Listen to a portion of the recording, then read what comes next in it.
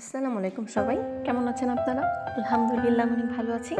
আজকে আবার একটি ভিডিও নিয়ে চলে আসলাম আপনাদের সাথে। আজকে রান্না করেছি ছোটো মাছ চচ্চড়ি, তারপর রান্না করেছি হচ্ছে বাইং মাছ দিয়ে ছোটো ছোটো যে দেশি বাইং মাছ আছে সেটা দিয়ে আলু দিয়ে ভুনা করেছি।